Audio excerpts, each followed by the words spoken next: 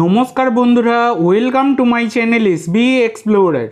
তো বন্ধুরা, তোমরা সকলেই জানতে আজকে মোহনবাগানের সাথে বিএসএফের ম্যাচ ছিল, যে ম্যাচটা কিন্তু মোহনবাগান তারা জয়লাভ করলো এবং দুর্দান্ত পারফরমেন্স মোহনবাগান দলের থেকে।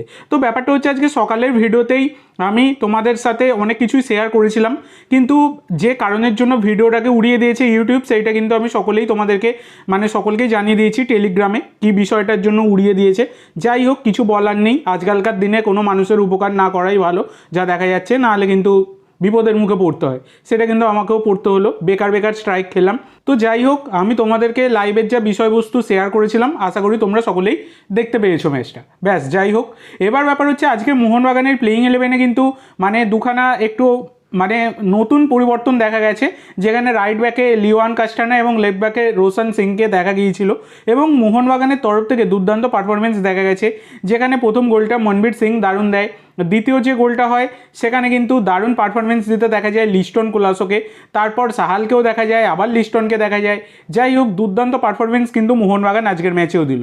তো পরপর দুই ম্যাচেই জয়লাভ করলো মোহনবাগান এবং পরবর্তী যে ম্যাচটা রয়েছে সেটা হচ্ছে ডায়মন্ড হারবারের বিরুদ্ধে, এবং সেই ম্যাচটা একটা বড় ম্যাচ হতে চলেছে মোহনবাগানের কাছে।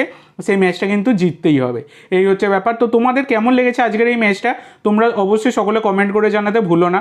এবং চ্যানেলে স্ট্রাইক খাওয়ার পরেও তোমাদেরকে যে বিষয়বস্তু লাইভে শেয়ার করেছি, তার জন্য একটা করে তো ভাই সাবস্ক্রাইব ডিজার্ভ করি।